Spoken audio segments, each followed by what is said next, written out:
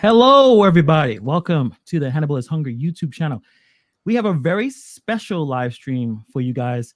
This is basically a live stream that me and Steve were putting together, thinking about a series called Beyond the Gig Apps. That's, I guess, the tentative name right now. Just talking about other types of ways of making money, independent contracting, true independent contracting. And this is really excited to have the CEO. We have a CEO on the live stream, guys. CEO, Dumpling, Joel Shapiro.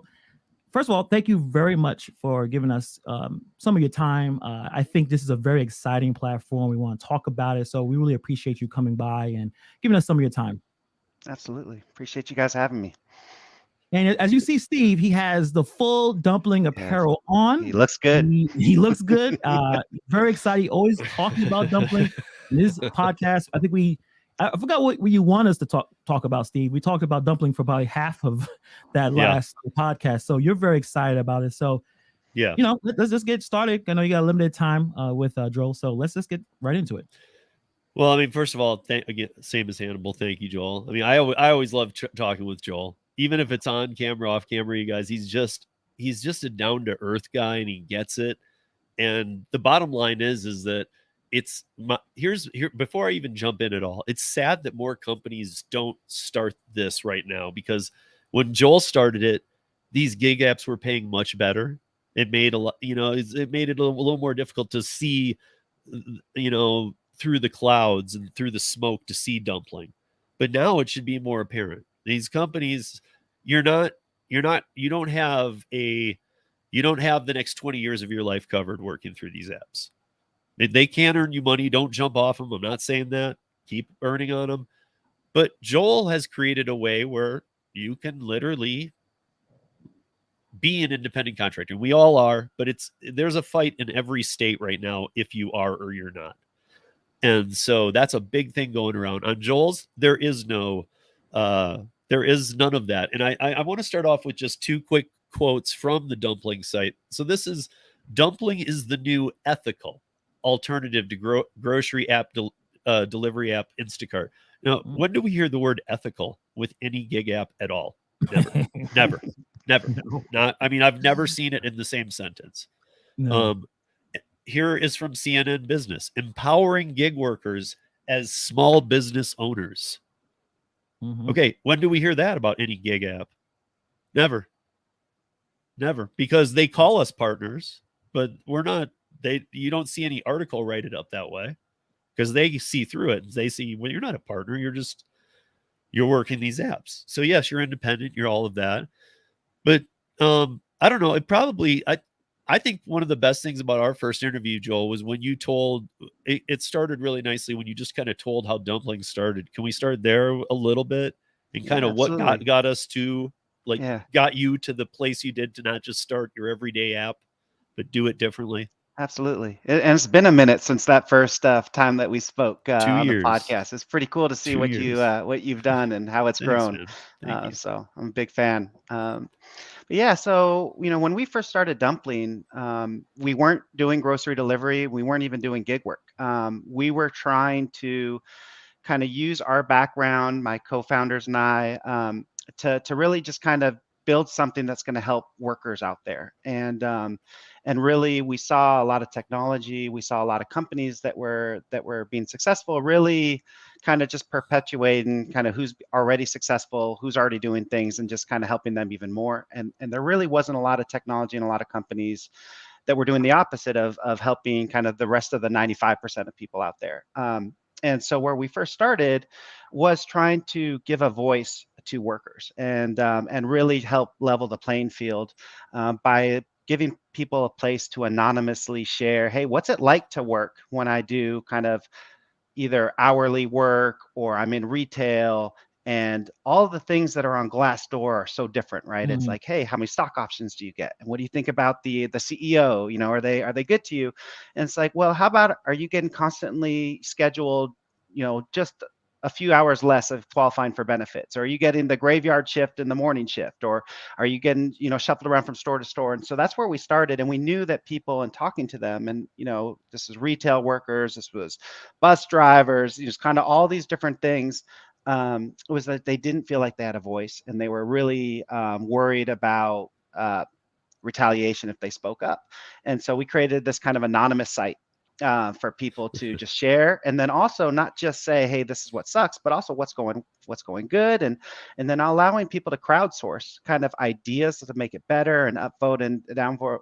And so that's where we started, and really what kind of just jumped up and slapped us across the face, and that we weren't expecting at all, was thousands of gig workers. And this is back in 2016, early 2017, that started just sharing the most ridiculous stories about what it's like to work at Instacart, what it's like to be an Uber driver, how these things that were happening about, getting pay reduced and getting deactivated and all of this stuff. And so that was really where we were like, wow, this, there is a scary underbelly to the success of this gig economy. And for sure, it seems like it's always at the expense of the gig worker. And so that was kind of our first moment where we, started looking at a little bit more, what's it like to be a gig worker? It's great to get this amazing services that come, and it seems really affordable and cheap to get, but what's it like for the thousands or millions of people now that this entire economy is propped up on? And so we became Instacart shoppers, we became Uber drivers, Postmates, my partners and I, and it was just like the most eye-opening experience ever of just, this is ridiculous, and I'll just kind of flat out call it exploitation on a lot of things. And so, we really started, Hannibal, we were talking a little bit kind of before everything got kicked off. About where we started and how we got going, and at first it was like, how do we shine a light on this? Like, man, if we show all of these people that are getting deactivated, or all of these people that are having to do basically kind of industrial work, and hundreds and thousands of pounds of stuff up flights of stairs, and maybe that'll change things. And so we would write articles, we would crowdsource, we'd talk to press, and nothing ever changed. It just didn't matter.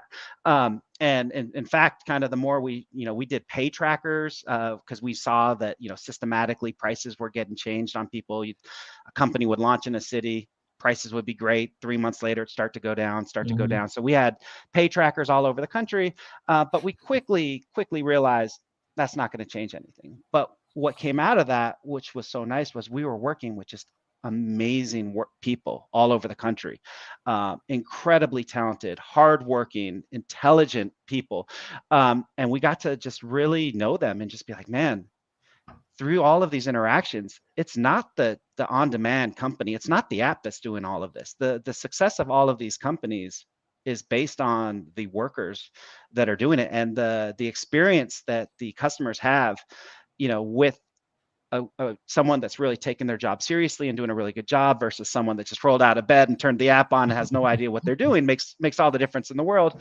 And yet it doesn't matter one bit with how you get paid, right? It's like, if you do a good job or you get a bad job, you're really just going to, get it no different. And so specifically within the grocery space, we start going, well, if shining a light's not going to do any different, then how do we actually then change kind of our mindset and really start thinking about, like, well, what can we help people build that just removes them completely from just dealing with this and being at the whim of a company that can change things. And so we got to know some just incredible people. We got to hear all the time, Matthew Tellis was one of the first people on the show that talked about Dumpling, and you talk to him, and it's just like, and so many other people, and he does such a good job, and their customers are always like, how do I get you?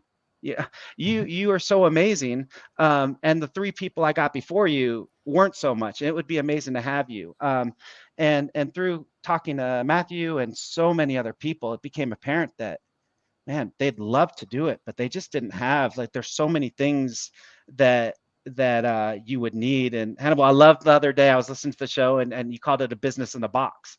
And there's so many things that go into starting a business, and whether it's in shopping, it's like having the funds to front and maybe some protection from fraud if those things happen. But it's also about being able to like give your customers a place where they can place orders and have a good experience and be able to do payment processing. So that's really where we started. We said, well, what if we could actually help you say yes to those people that are saying, hey, how do I get you next time? Is there anything I can do? What would you need? And we started really early on because people would, tell us, hey, I can't front $300 for an order. And what if I get 5 orders this week? Right. So we started with a credit card. We started with just the most basic thing you could imagine for customers being able to just say, hey, you don't need the fanciest app in the world with the fanciest grocery list experience and all those things. You think about who you live with in your family, and you want to give a list to them and go to the store. You can communicate that pretty well by saying, hey, get these things, what's at the store. So it started pretty basic from there. And that's what we started doing. And I remember we were in some of those groups, and we just put some stuff out there saying, hey, we're going to do a beta. Is anyone interested? And I think within the first couple of hours, and we put a pretty long, I remember it was like a 45-minute type form survey. And we're like, it's probably not the best thing to do to make such a huge survey to have people do it. But we want people that are really interested and willing to kind of invest. And I think we had something like 500 applications. And it just showed us immediately the demand for something like this. And people just, I think, and Steve, you were saying 4 years ago, there wasn't nearly the awareness of kind of how much is out of your control and how much the tables can change. And yet there was still a lot of it.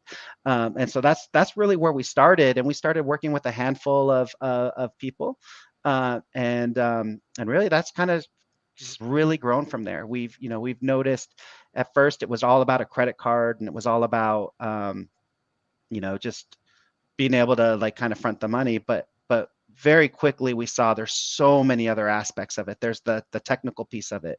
There's the financial piece of it. But there's also just a huge kind of mental piece of it about, being excited. And, there's a lot of nerves about starting your own business. There's a lot of questions that you have. There's a lot of encouragement that people needed that have the capability, but maybe just, I don't know. And so, we've built an entire community and coaching and support team that You have a university. Yeah.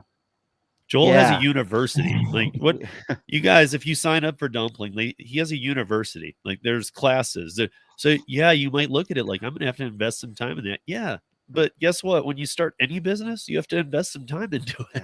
Yeah, I mean, most definitely. The reason for the university, correct me if I'm wrong, Joel, but is to make sure that people come out of the gate and it works for them. Otherwise, they might launch it, come out of the gate and be like, I'm very confused. Yeah. Yeah, we have some amazing people on our Dumpling team that have put a just ton of work into not only the subject matter that goes into Dumpling University, but also like the best practices of how do adults learn and digest on our mobile phones and not making things too complicated. And they've done just an incredible job building it out. But yeah, that's definitely the idea, is that it's really kind of a 360, like what are all the things you need? And there's some basics in there about just getting started of how to use the apps, and things are a little bit different. But really where we've invested the last year, and this is really just a huge testament to our coaching team and our entire support and operations team and coaching team. They all have come from the gig economy. So they all started, they were working Instacart, they were doing that. Then they found Dumpling, they built their own successful businesses.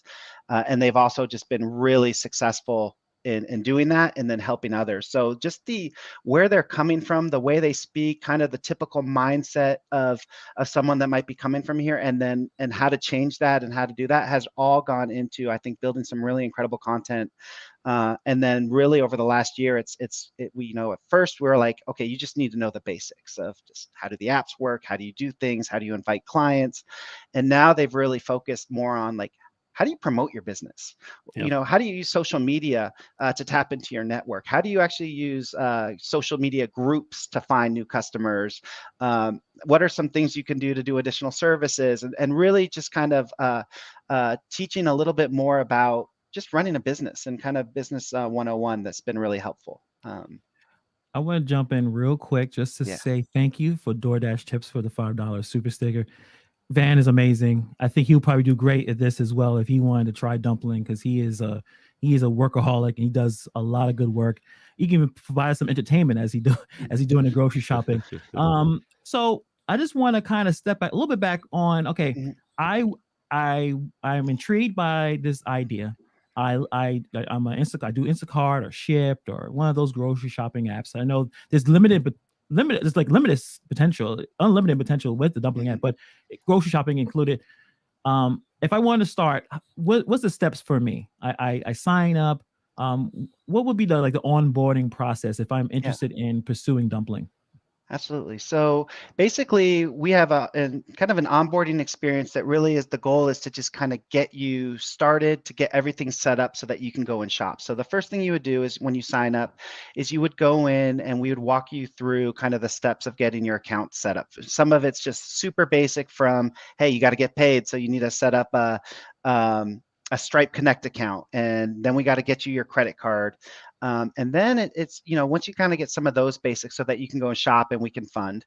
But once you get past that, it's really like setting up the basics of your business. So, we do a couple of different things that we give people. So you have to market yourself. So we have a kind of a web page that they can configure and set up. And so that, it has your typical, bio and where you're working, zip codes and things like that. Obviously, we have a lot of tips about, and this is where our coaching and comes in about how do you talk about yourself? Is it, what's your experience? What makes you unique? Do you have experience in paleo diets? Do you have experience with dogs? Do you have experience with families with special needs? Mhm. All of these things that help set you apart, because at the end of the day, our platform is to help people be successful and run their business. It really is about the person. And so what we really try to do is allow people to tell their story and to really kind of customize everything for them. So you have that profile that then shows up on your website, and you get a website that you can share and drive people to the app that way. And then at the same time, we have to talk about your services. So then how do you set up your services? What stores are you willing to shop at? What prices would you like to set up your stores for? So we have training on that and calculator so that you can start to say, okay, well, if I do this type of pricing and it's percentage based, and I typically buy $200 of groceries, how much do I earn at the end of the day? And we have kind of walk people through that. And it's really important to find the balancing of, you obviously want to make as much money as you can, and that's super important. At the same time, if you charge an insane amount, you'll probably get one order from a customer, but might not get the second order. And as Yeah. we all know, like finding that customer is really hard. It's really expensive. So what's that sweet spot there where every time you're going out the door, it's worth your while and you're getting paid. And at the same time, it's not so crazy that you're doing all this work to get one customer and then they're not coming back. So Right. what's that sweet spot? So we try to help people really kind of find what that optimal pricing is on that. And then there's some things too about, we want people to be able to shop where it makes sense for them. It's not very economical, especially today with gas prices, to have to go to a completely different city um, to do an order and drive around. So what zip codes do you want to deliver to? Also, we have the ability to set up all of your kind of delivery time zones. So specifically, you can make blocks and days and buffers and all types of things. So it's really kind of getting the basics there for that. And then once all of that's set up, then we encourage people to go do an order for a friend. Do an order for your spouse, your parents, Smart. your friend, Yeah. because you Yeah. got to know not only how to get the order and then actually go and fulfill it, but you should know what your customers are going to see. What's the experience when you send them a link and they download the app to get connected to your business? What's the experience when they're going through and building the list? So really, it's all about that first, I'd say, couple of days of getting set up, understanding the experience from both sides. And then once you're set up, I think we have a lot of different kind of suggestions on, hey, who are you could go out and I think a lot of people have a tendency to want to just go big Yeah. and say, I'm going to put this huge marketing campaign. I'm going to spend all this money. I'm going to go get posters. I'm going to do this. And really what we try to get people to do is kind of slow down a little bit and say, hey, let's just one step in front of the other. Yeah. Let's get that first order. Who are people in your network that you'd like to start with? Do you have customers that you're working with on on a consistent basis, whether it's in other apps, whether it's different things that would be kind of like, okay, I know if I talk to them, they're going to want to support me. Right. And so let's get that first order. And if you get that first order and you get that done, let's get them to write you a really good review. And then, so we really try to kind of build that in. And now some people come in and they're just guns blazing and they're off to the races anyways. But we try to kind of put some guardrails in and guide people on kind of just the basics first. And then as you're successful, if they ask, how do you talk to a customer about referrals?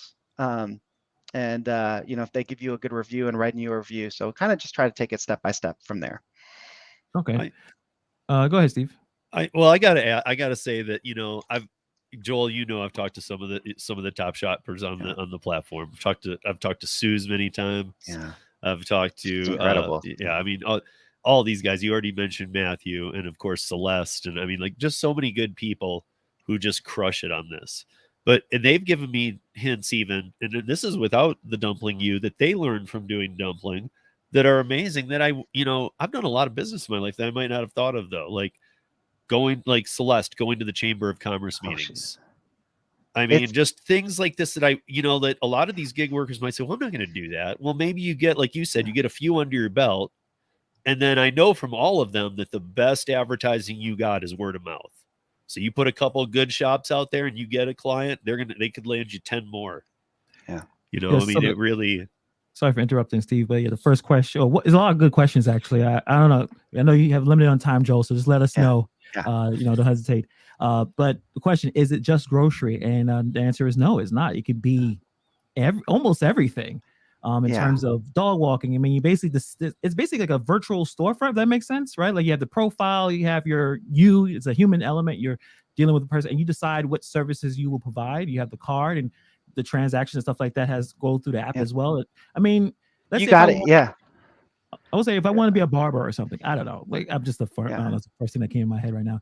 I need to shape up. So like, if I had to start that business where I can go to people's houses and cut hair, I have my storefront, I have what I have, my sales pitch, my profile, and I have the infrastructure of the app and the card and everything to kind of do what I need to do to have that business of being a barber, right?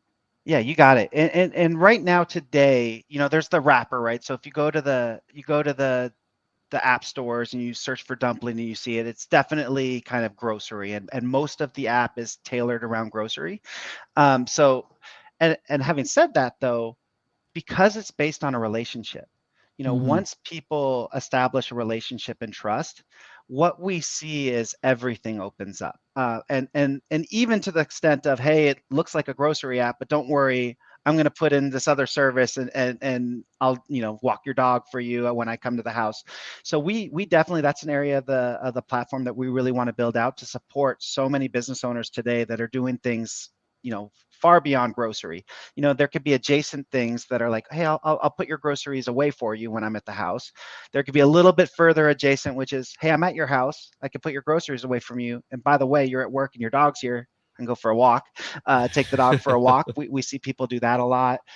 Or it's, I'm driving in the car and I'm coming to your house anyways, so if you want me to pick something up at the dry cleaners for you or different things. So we see people doing like all over the place, from A to Z. The sweet spot today is definitely grocery, and we would love to open up the platform to support, I think, the very different things that a lot of shoppers and business owners are doing today. Joel, you said that when you were talking about go through your trials with the family and stuff or a friend, and you were saying pick your stores. I know a lot of the shoppers get requests for stores they don't even know about, like a specific meat store or and then you allow that too. So I mean, like really, like you could have 10 different stores you need somebody to go, and then that price is to be negotiated between you and them. It's your business, but you can hit all these places for them. Really, you could do all their errands even. Yeah, absolutely. And that's really where we're focused is, two things. Is one is like when we talked about is what's the I think the biggest difference that I would say in this world of kind of gig work that I would say about Dumpling versus most of the other companies is just the entire mentality of, hey, we are a tools provider for you to do your thing. And so what do you need? What support do you need? How do we help you do what you're already doing and what you're good at? And I think that's the first big difference. And then I think within that though is when you're when you are the person and you are the kind of the difference in selling of the business, you have all this knowledge. You know the local stores, you know what's going on. You might know that, hey, in this city, like this food and this restaurant's really good, or this restaurant's or this store's the best place to get fish. And so how do we build a first class experience where, you know, those are stores that you could never have the menu for, you could never have the prices. So how do we really allow people to showcase where they can shop and what, like, kind of the unique things they know about their neighborhood and their store, and let their customers really kind of build a list and just convey. I mean, at the end of the day, all they need to do is say, I want you to go here, I need you to get this. And because of the way it works is they're paying in-store prices, and we try to be very transparent. And so I think one thing with the gig economy has been everything is a black box. It's what's going to Steve, what's going to the gig company, what's, you know, ethical, right? it doesn't make sense. So we, you know, when we were building this, we just said, hey, transparency has got to be a foundation of what we're doing. So I think key to that is you're going to go to the store, you're going to pay whatever the store is going to cost, and you're going to get the receipt. You're going to actually get the store receipt. And that means if there's, you know, BOGO offers or sales or different things, you're not locked into whatever the app said. You can trust your shopper is going to get you a good deal. And then you're going to know that, you know, the vast majority of our business owners today use a kind of a percentage-based pricing. So if it's $200 of purchases, then I'm going to get 15% on top of that, right? And so now they know, okay, this is going to my shopper. This is just going to the grocery store. We have a platform fee, which obviously allows us to be in business and hopefully be successful and be around for a while. And really the thing that we've tried to do is find what's the right balance. We're a company, we're investing and trying to be successful. But if we're taking too much of a cut, why would people stick around? And then we're going to spend all of our time on building walls of, oh, you better not go off platform, you better do this. So our thought really has been, you know, we got to let people set their own prices. We got to let, like, their customers know where that money's going.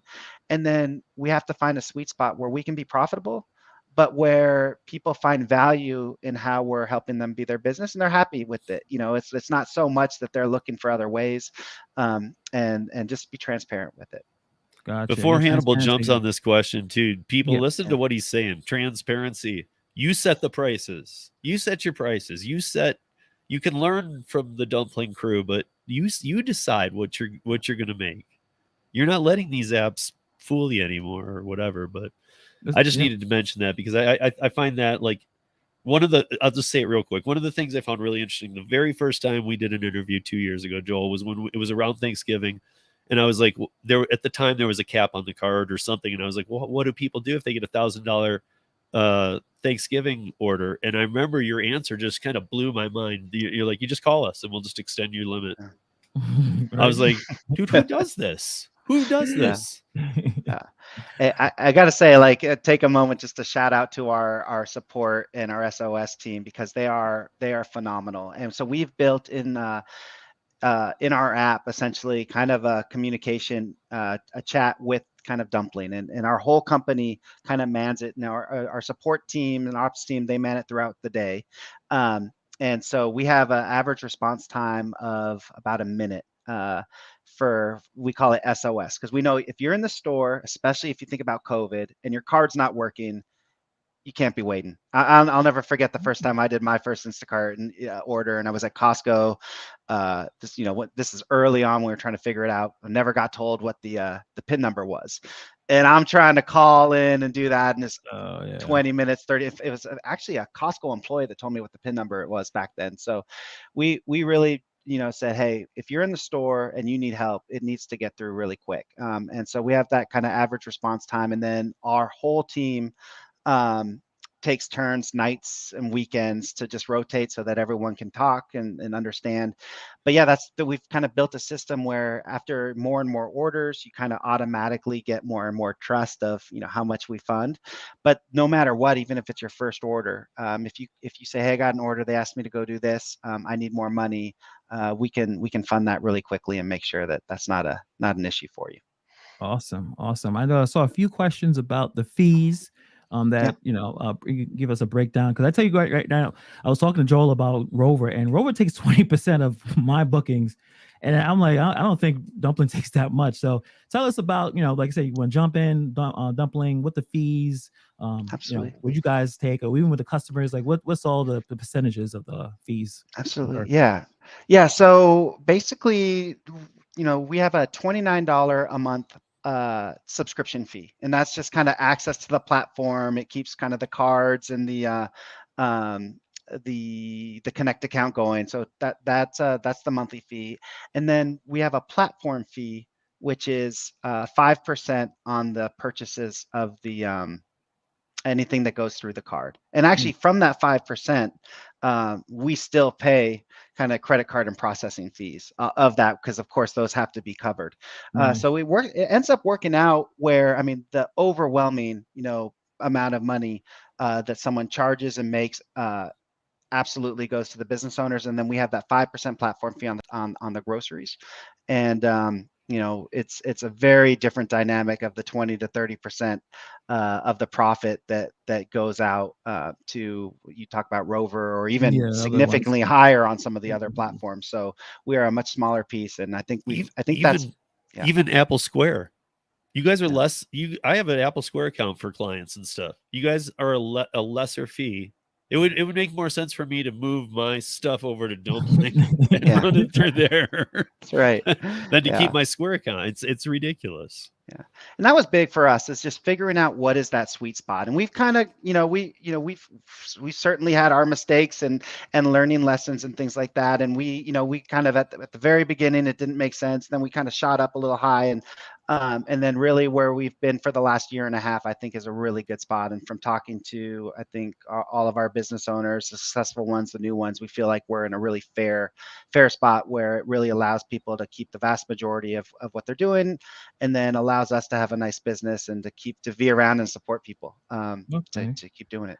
I think I'm trying to see if there was like one more question I scrolled up that I may have missed. Yeah, darn it. Do you have a profile of what kind of customers you usually clients that a lot of the Dumpling platform users have? Is it all income levels? Is it basically the people who just use the stuff that we all use, the Instacarts, the corner shop, and what have you?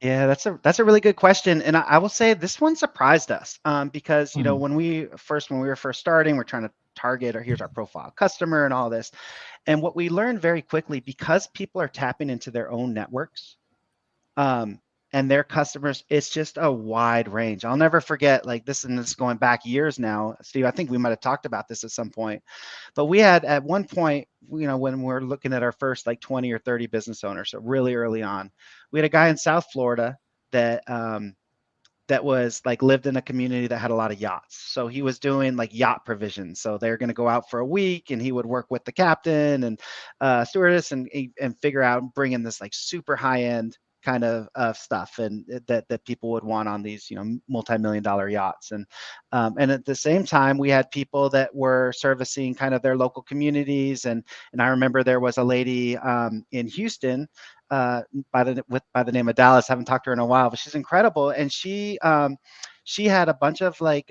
people that she knew that lived in trailer park community, but it was far enough outside of the city that Instacart and Domino's and no one would actually drive that far. So she made an incredible business of just saying, look, no one's serving you guys, but I can.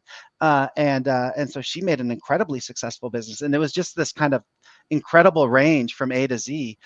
Fast forward today, we have people in Alaska that are servicing, it's just incredible. We actually have a case study on it. So like feel very fine talking about it.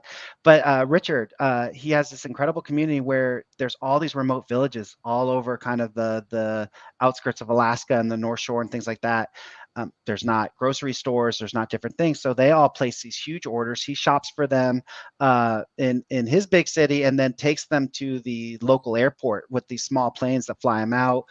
We have people in South Florida that are focusing on resorts. And so they have partnerships with resort managers. And so if you come in and you book, hey, I'm going to be at this, this island and this house, here's what I want. that you arrive and everything's in your rental for the week and stockpiled. So it's really neat to see just a wide range of customers for Dumpling business owners. Nice. And this is nationwide. I think Yep. someone asked if you were in North Carolina. Nationwide, guys. So you're here, you can figure it out. In fact, a good check for you guys, like in big cities, you just know that they're there. But a good check that I've talked to other users about who use Dumpling is get on dumpling.us and type in your zip code and see who else is in your market. You might, if there's none, get on it that night. Oh yeah, because you're able to do pretty well. Yeah. I mean, like it's and you can learn from reading other people's profiles too. You know, you can learn how to write yours because you'll see things going, I do that, and you might not have put it in there yourself. Like I don't know, you might have more skills, I guess, than you think you do. Yeah, and we found that actually it's a really easy thing to think about, like, hey, I want to be the first one, but if there's more. But the market is so huge. And if you think about a city and how many Instacart shoppers and Amazon shoppers and Ship shoppers there are, we found that as a city or an area market will get more and more Dumpling business owners in there, it just helps. It just kind of builds on itself. And a lot of them will start to like kind of team up and work together and do different things. So it's pretty cool to see it from that angle too. A good question with Gigwise. Check out his channel. Pretty awesome guy. He checks out a lot of our channels. So part of it, we were talking about that you are going to basically sell yourself. You're gonna have the profile, but you're going to get some mentorship, some coaching. But does Dumpling ever give out a client or a customer? Like, does it ever, like, one moment it goes in your app? I think that's the question he's probably asking. Yeah, that's a really good question. And that's actually probably an area, I know, Steve, we've talked about it since we did the podcast 2 years ago, but since kind of talking on air together, that's been a huge, I'd say, evolution for us. Was when we first started, it was a little bit of, hey, if you hate working for these on-demand apps and you're disgusted by how you're being treated, come over here. We got this other model for you. And so really, I mean, who's in the gig economy that doesn't hate how they're treated, right? So it was kind of everyone came over. And certainly then with the rise of COVID and things like that a lot of people were successful. But where we've really learned is it's not everyone is going to be successful from the gig economy with Dumpling. If you're expecting to just kind of come in and turn on the app and have an order come for you, you're just not going to be successful. And so we've really focused a lot more over the last year and a half on people that want to put in the work, that are going to kind of be willing to go out and find their customers, really kind of have pride in what they do, because it's really about, that you do a good job, you're going to build loyalty and you're going to get more orders. And so that's been a really, really big one. And so I would say, if the goal is to turn it on and get an order from Dumpling, and that's it, then we're not going to be a good fit. Having said that, though, where we are seeing a huge amount of success lately has been people that come in, maybe they already have a bunch of connections, maybe they do something else and they have that. And so they come in, they get that first order, they get those first few orders, and now they have reviews, they have ratings, you can see that they're active. And we do have a marketplace, and we do have a place where people can come in and say, hey, I live in zip code, 54321, put it in. Now, who are all the people that actually service my area? Because now, remember, we talked about when you configure your business, you can put all the different zip codes. Nice. And so now you can see, hey, these are the 5 companies that actually service my zip code, and I can read the reviews, I can read about them. And so that marketplace, we do get a lot of orders that way. And that's one of the things that we can help people with is, we have a national brand, people can come, they can check. But our goal is to say, hey, you need to find someone that's doing a really good job. So if you're active, if you get good reviews, then we're really helpful. If you've not done anything, you haven't even got that first order or tried anything, maybe you'll get an order, but I would say it's really effective when it's combined with kind of all the other stuff that you've done for your own business. Well, this question right here, like, can you get business cards and hand them out? So like stuff like that, when you have your own, putting more effort in. I know Holly, I know she dropped the question. I think she may have something on her car displaying what she does in Dumpling. Like, put in an extra effort to get the clients, you will get clients, because you're putting more effort than the average person that's, like I said, just using the apps to turn it on and wait for an order to come in. Like you put more footwork, putting more social skills, putting yourself out there, you could be successful. Absolutely. First 100 business cards they give you. Nice. Yeah, Nice. I mean, they get you just to give you that kickstart of, hey guys, these are important. You need these. What's up to the Driven Dad? He's all over the place. He's working, making videos. Yep. He's in our live streams. Awesome guy. I know. I think I saw the Driven Mom in as well. Any rideshare options coming? Yeah. So with this actually, so we actually came out right before the pandemic. We came out with kind of a parallel set of apps for rideshare, and kind of our thought was same thing of, hey, it's not, if it's on demand and it's and you need someone at 3 a.m, you're going home from the bar, it doesn't make sense. But there's a subset of rideshare that makes a ton of sense, whether it's like I'm doing the same route every single day, so I can schedule it ahead, or maybe it's I'd like someone to take, either my kids or my parents to a doctor across town. I want to know who they are. I want to know about their car. And so we did do that. And then basically COVID happened, rideshare stopped, and everything went crazy with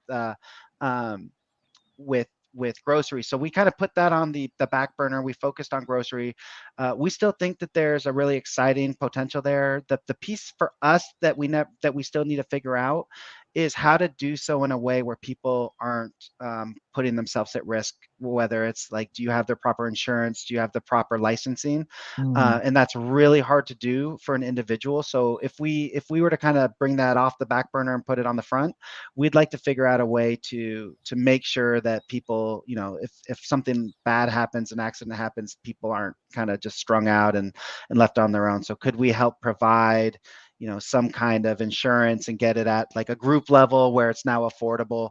But that's kind of where we left it, and I do think something that we'd love to focus on. Have you ever talked to any of the companies like Buckle or any of these companies, like maybe about working with them? I know that they're slowly growing through states. They're not just bonfire coming through them, but I would think that they, because they are the seamless match. You can give up your insurance. They got you covered for period 0, 1, 2, 3, 4. Oh, so it's like they're your insurance and their insurance doing that'd be interesting. And they have the gap covered. I'm just wondering, because I mean, like, to be honest, if you did rideshare, I would think, and just knowing you, because Joel and I had more conversations off camera or off live than we have live actually. Yeah. So, but I mean, just knowing him, like, I would think that you would do all the things I've always wanted in rideshare. You would show videos. Don't do this. Even though we're independent contractors, that doesn't mean you can't help us. And you've proven that already. And people need it. Don't take these orders. Don't do this. Don't do.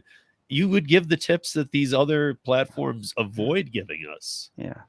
And what's really neat too is that, a lot of it is just, we talk about, we've had these amazing coaches that have been successful already in their own. So they have just inherent like knowledge to share, but they're also, talking to people like Celeste and people like Susie and people all over the country that are being really successful. So a lot of it isn't these ideas that we have. It's just helping, hey, there's someone over here and they're killing it and they figured this out. So how do we help? So what's been really cool too is just there's a sense of community, right? Everyone's understanding. Hey, we've all kind of got this challenge. We've all had this, so there's a desire to help each other out, share best practices. And that's something that we're in a really good position because of the people that we get to talk to across the country. We can see that. And going back 2 years to that rideshare stuff, there were some people that early on were killing it. We had a guy in Louisiana that was, and it was just neat to basically say, hey, they've tried things, they failed, but this has worked and this has worked. And so how do we just share the best practices? How do we share and connect people?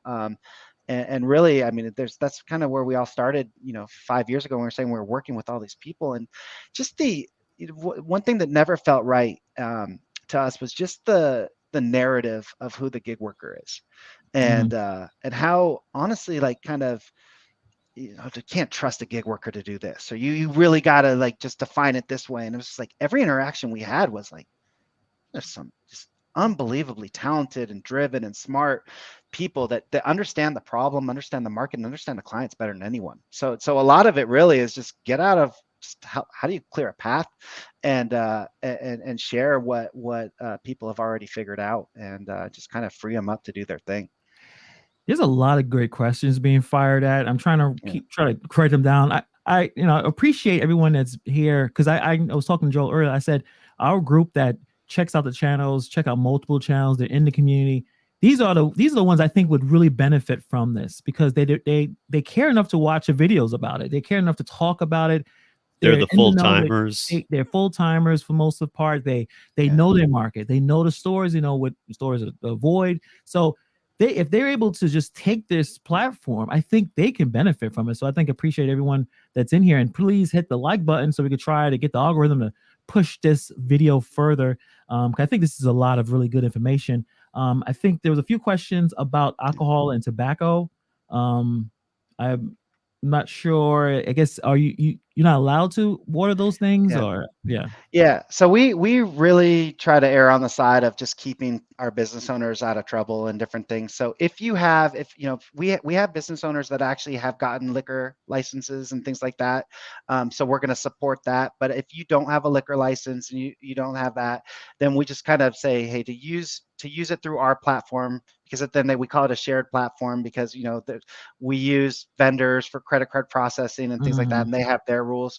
And if someone were to do something that jeopardizes it for everyone else, so we are on the side of that, where liquor is not supported, tobacco is not supported through kind of our platform. But of course, if you're shopping for people, they want wine, they want beer.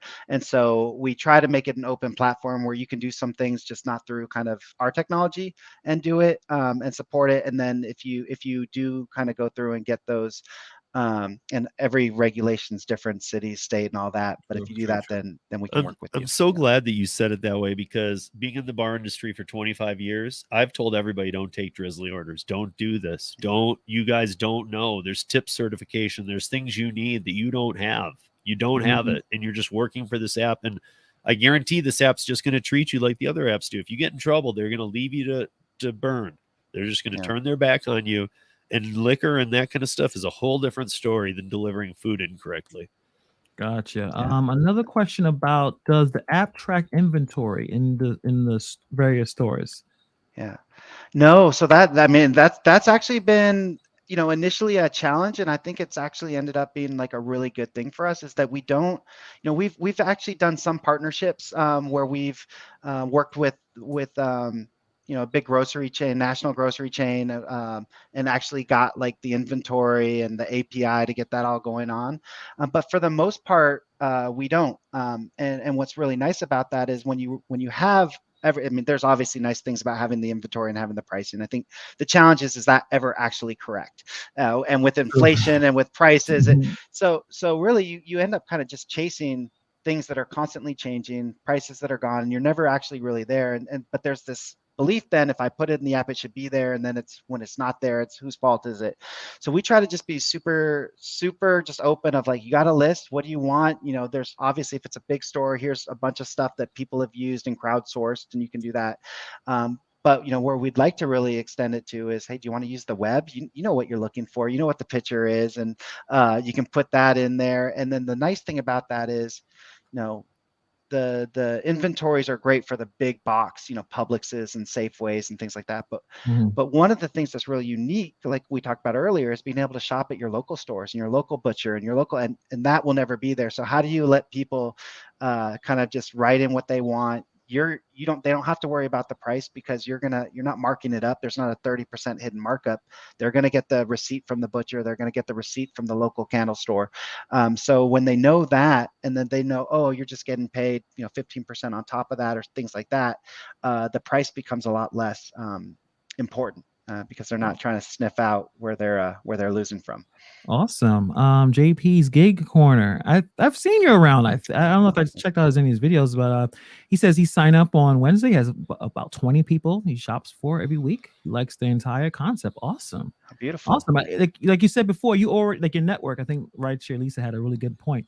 You have an idea of who's using these list services, and you just gotta connect with them on, like I said, a human level. Hey, you know me around the neighborhood. You see me shopping. Or same thing for me walking dogs. You see me walking dogs. You see me doing it, right? You want me to walk your dog? What I mean? Like, it's so simple as that compared to the whole app. And hoping that you're going to get a good shopper or a good food delivery worker to come and deliver. you know exactly who the person is, and it just makes things so much easier, so much flexible. You're not feeling a sense of anxiety. You're shopping for someone on Instacart and something's not there, and you're dreading the moment of trying to get a replacement and feeling like they may give you a low rating because of that item they really wanted. You have a relationship with the person now. If it's not there, they trust you that it's not there, and they're not going to give you a lot of crap about it. Absolutely. And you might know that second time that if it's not there, they actually like this. So you might actually just know what their preference is and be able to do it without any, without a lot of hassle. Awesome. Yeah. Gigaholic Rex is throwing a lot of questions. He's really interested.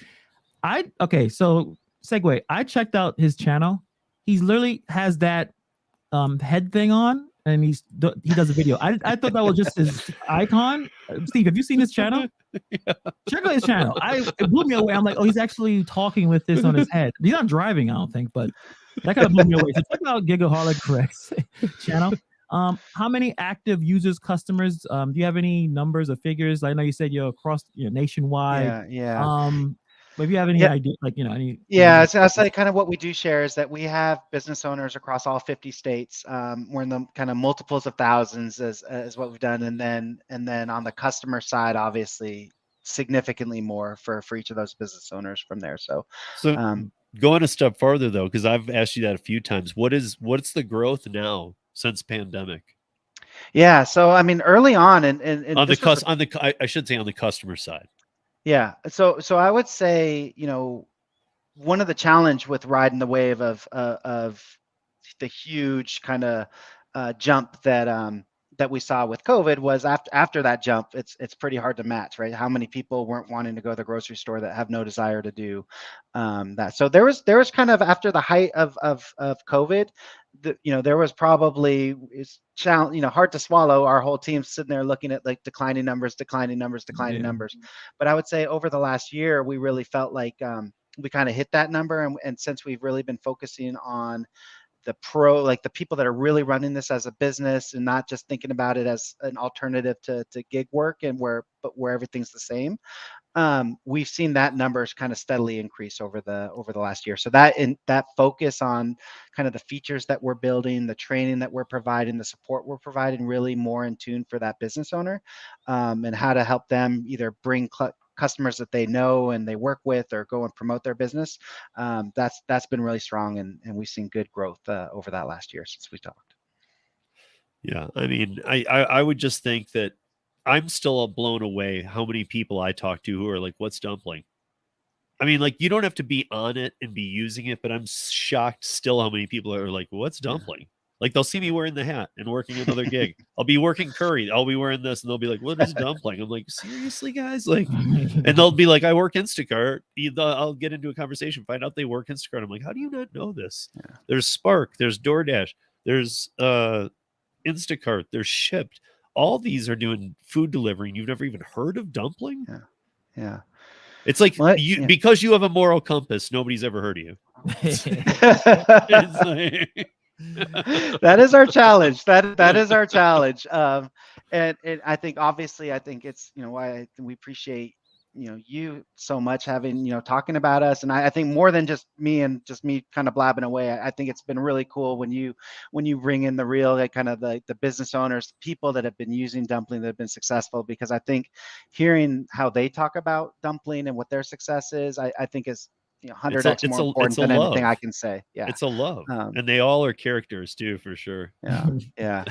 I mean, great ones, but they're all different night and day. They're great. Absolutely. I think more. We could go on for 5 hours. Yeah. So yeah, I know. I appreciate, Joel. I know you extended a little bit more to hang out with us. You answered all of our questions. We have great chat. A lot of great gig workers that a lot of them just said, I just heard of this, so this sounds like a good idea. So we just need to put more content out there. If you guys can share, if you have the ability to share, guys, I know a few content creators in here, share this video. Let's get more people to bring this a different idea, basically a different idea, right? A different, unique platform that you can really harness your ability to be independent, and that's extremely important. We do complain about the big guys, but there's some people say, well, should we develop our own app, or we should do our own thing. Well, this is basically a way to do your own thing where you're still getting mentorship, you're still getting coaching, and you're learning some skills. Some skills you may come in with, the ability to sell. But if you don't have those abilities, you jump in, you're getting help, and you could get a few clients that you no stress. You know them, they know you. You can shop with them just for grocery shopping, and also there's other services you can provide as well. So, Joel, I really appreciate spending some time with us to talk about us and talk about Dumpling, and hopefully we can bring you back. Obviously in a few months or so. But I'm digging it. Obviously, Steve is digging it. Like, look at it. Look at the nice. I'm getting ready to bombard this. I've been waiting for Max to go back to school, so I just want to show Instacart people what's up. I mean this. I think you caught our last conversation, Joel, and I was telling Hannibal that I almost want to go do a week of Instacart and let people decide if I should take the orders on a live stream. Like, show it to them and say, would you take this? And then if they say yes, I'll take it and I'll evaluate at the end. Yeah. Because I'll break it down and say, wouldn't you rather this be your business? You set the price, you not be doing this. And then if tomorrow Instacart decides they got to cut $2 more off, you still have to roll with that. Build your own. I mean, if you've been doing Instacart for a year, you are dumpling ready. You're dumpling ready without doing it for a year. But like, if you've been doing Instacart that long, you're dumpling ready. Yeah, you got the stores, you got the market sold up. Joel, do you have any social media? Any way? I know I'm sure there's going to be more questions being pumped out after you depart. But any way they can contact you, and we'll put in the description. But yeah, absolutely. Yeah, you can. Yeah, so our Dumpling is on Twitter at Dumpling US. I'm on there at J Shapiro. We also have on Instagram a Shop Dumpling handle that our team does an incredible job with. So we like to share a lot of that. Has been really focused on kind of sharing the stories of other business owners, what they're doing, and different things like that. So really a great place to kind Don't of forget the website. Oh, and of course, yeah, check us out. Because the website is one of the most informative websites, I think, of the gig economy. It's got a ton. If you have questions, the website should be able to answer it. And I'm not talking about through chat. All those options are there, but it does have everything you need to know. Yeah, and shout out to Olivia on that, because she is our marketing VP, just guru everything, and she's really like poured her heart into that website, and we have a guidebook on there that gets linked to that really we'll kind of go in and share the stories of people and their background, how they use Dumpling to support their own business, and yeah, there's some really good stuff. So thank you, Steve. Yeah, dumpling.us, you can check that out too. Awesome. Thank you very much, Joel. I really, truly appreciate it. I think you changed a lot of minds. At least the idea is a spark. Because when Steve talked about it, a spark comes, like, yeah, that's a good idea. That actually works out. So thank you very much for spending some time with us. I appreciate and it, by guys. the way, for those of you that don't know this, I do have one last question for Joel. Okay. Why are you the only good person CEO in the gig economy? I mean, seriously, like what's wrong with people? I will say, Steve. I'm being serious though. Like, I've known this guy. He's a down to earth person. This isn't some fake front. This isn't Dara doing an interview with Harry. This is who Joel is. This is Joel. Yeah. Well, and I will say, thank you for saying that. It's easy. I would say the thing that's been really cool about building our team out is that we have about 16 people from our the group of 3 of us as co-founders and everyone else, and we have probably 6 or 7 people that have come from the gig economy. And I think the thing that brings us all to work every day is just a desire to help kind of fight the fight. Level the playing field a little bit and create a platform that really isn't screwing people at the end of the day. So I think being surrounded by people that are driven and motivated within our team, I can't comment on kind of the rest of the companies, but it really helps. I mean, I think everyone on the Dumpling team is really focused on doing it, and we think we can do it in a way that builds a successful company for Dumpling too. So it's not just kind of doing handouts here. I think it's finding the right balance. There's an incredible market here within the service industry and online shopping and food. And so if we can make it so it's not completely lopsided and exploitative, I think we got something good that'll help everyone. So awesome. Thank you very much. Love what you're doing, Joel. Much success to you and your company. Like, I think, you're doing good work. Just keep going. And, as long as we all can kind of just spread the word, I think, Dumpling will do very, very, very well in the future. So thank you very much for coming through. I appreciate it, guys. Thank you. All right. Thanks, Joel. Appreciate Joel, CEO of Dumpling. That was amazing. There was so much to take in. I wasn't kidding when I said 5 hours. We could have said here. I was thinking of 30 questions. I was like, I'm not even going to ask them. I feel bad because I know he had a certain time limit, but there's so many good questions. Appreciate you guys. So many good questions. You can tell like it sparked a little bit in some of the some of our subscribers, people who check us out. So it's super, super amazing.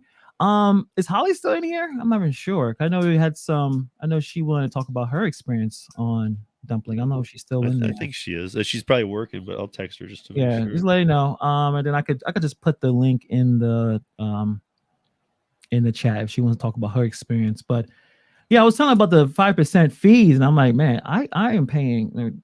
Rover takes 20 out of my booking, and that does add up.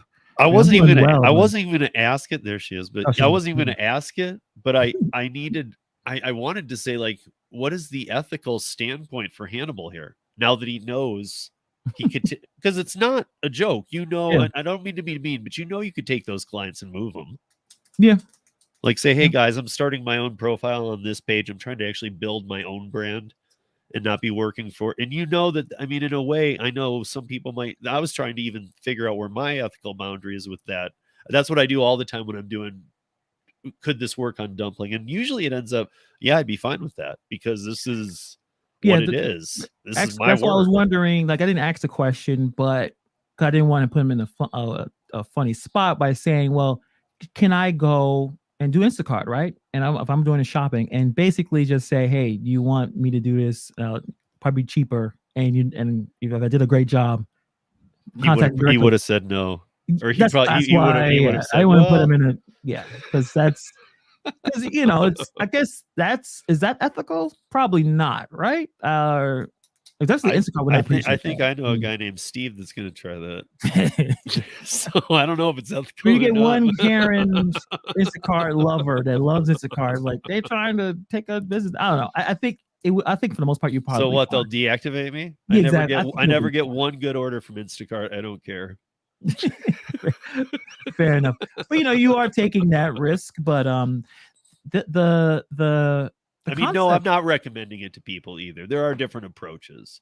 Yeah. And honestly, the word of mouth thing should be I think Joel hit it best when he said, listen, he admittedly, he says this isn't for everybody. This is for the hard workers who want to put in a little more work even. But then you have a business. That little more work brings you a business. Like it's actually your business. It's not going to be that it could be yanked out. Like you could feel like you're killing it and you made your living on Instacart, and then you get deactivated for no reason. Now what? Yeah. What I would do, not what that other guy Steve will think about doing. I wouldn't do it. I would if I'm in I think we talked about this on your podcast. If I lived in an apartment complex and I knew I saw tons of Amazon Flex orders, tons of Instacart, a lot of grocery shopping, I would advertise in that apartment building, especially if I live in there. I'd be like, hey, listen, guys, I do the same thing, but you see me, I live here. If something went wrong, even with an order or something, where I live. I'm with you. I know where the store is at. I know where to shop. Check me out. Try it out. See if you like it. See if you like, what I do. And you may get a couple of clients in your own apartment complex. Like I said, networking is the most important part. Like, yes, you may be able to get some clients through the website or through the platform, but you really should be spending your time trying to bring clients into the fold. And actually, we got a Dumpling user, Holly. Hello. How are you doing? Are you sitting here looking at my hello? Look, she has paperwork. Yeah, you got paper. She's always working. She's always working. So you can see all the crap I have in my car. During the Gig conference, you talked to me about being a Dumpling shopper and your experiences. So it's great that you came in. I appreciate you for coming through. Tell us about your experience. When you started, how you started, and what do you do on the platform?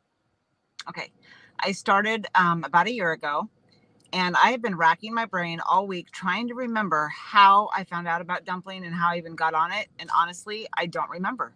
I think it was somebody on YouTube that mentioned it, honestly. And so I signed up and I made some business cards and some flyers. And I can't even remember where my first customer came from. But I tell you what, my first customer that I had, the very first order I did, is still with me today. And she is someone that I've had the whole year. I started her out, at a certain level as far as price goes. And so I told her when I raised my prices that she would stay at the VIP level. And so I always discount her a little bit and I don't charge her extra. I do tobacco for her quite often. So that is something that she will send me an order for 7-Eleven and I see it. And so I know that, hey, she needs me today. But as he said, I can't run it through there, unfortunately. But you know her now.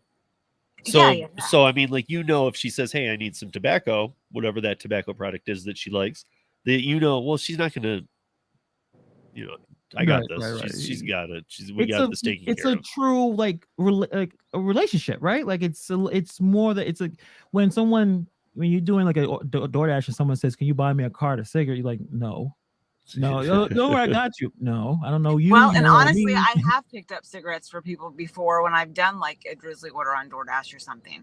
Yeah. But then again, I know it's the same with the alcohol. If I'm because I was buying them alcohol anyway, and so I picked up their cigarettes for them.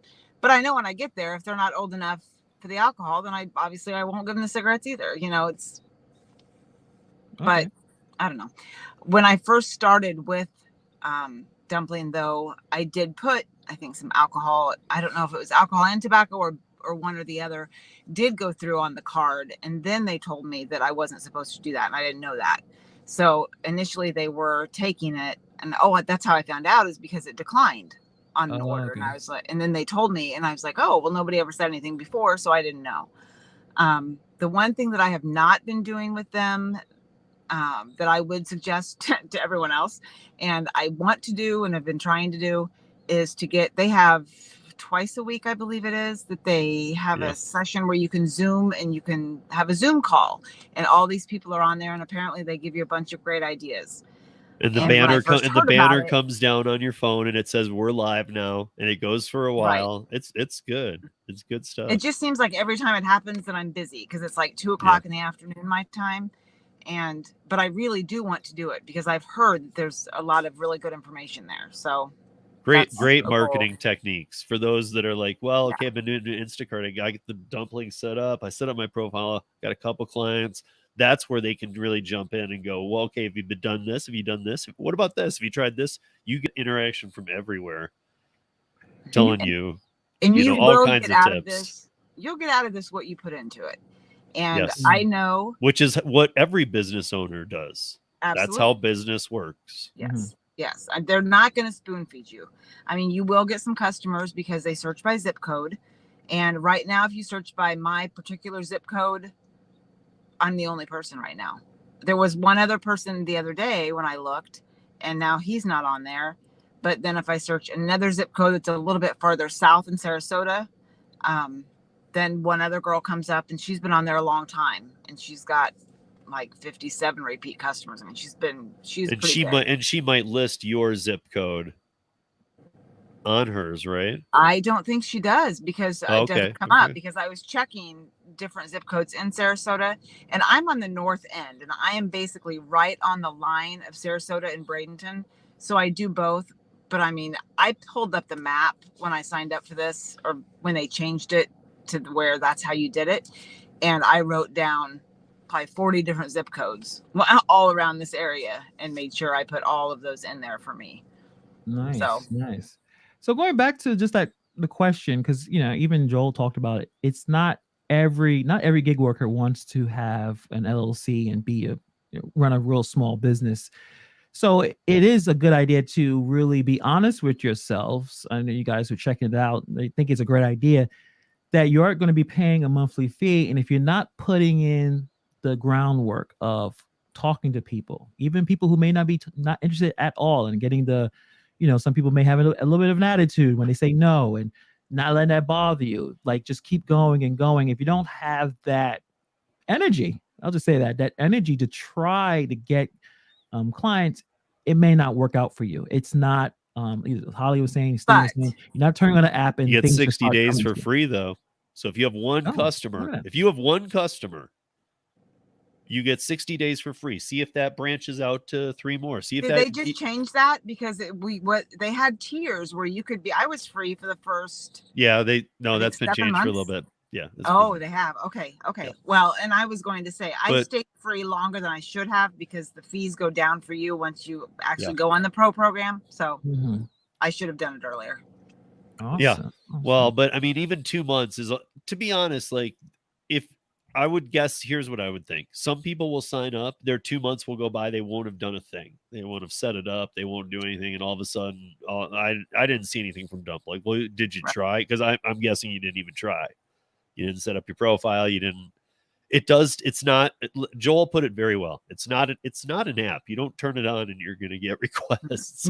And that's the bonus of it. At the same time that it might be, some of you might see it as the negative because, you're not getting crappy orders. You set your prices. You find your clients, and if you're good with 1 or 2 clients, that should turn into more. Unless. I mean, everybody interacts with other people, so they're going to share that information with other people. I have to say, I'm surprised because I hear that a lot. Like your people that you had on your live that one time, that Celeste and the other girl that are real good and have big business. Yep. They talk about word of mouth, and oddly enough, I don't get word of mouth here. But you see, they literally were Instacart, both of those 2 that you just mentioned, and Matthew Tells, all 3 of them. Now, those 3 are in the top 5 dumpling shoppers in this country. And I've talked to all of them intensely. All of them only worked Instacart. Only. Well, when they moved to Dumpling and started learning things, they went to like I said, they went to, I mean, they were going to, to government functions, to city functions. They were being told by the university these ways to approach. So they weren't multi-apping while trying to build Dumpling. They said, I'm done with Instacart and I'm putting 100% into Dumpling.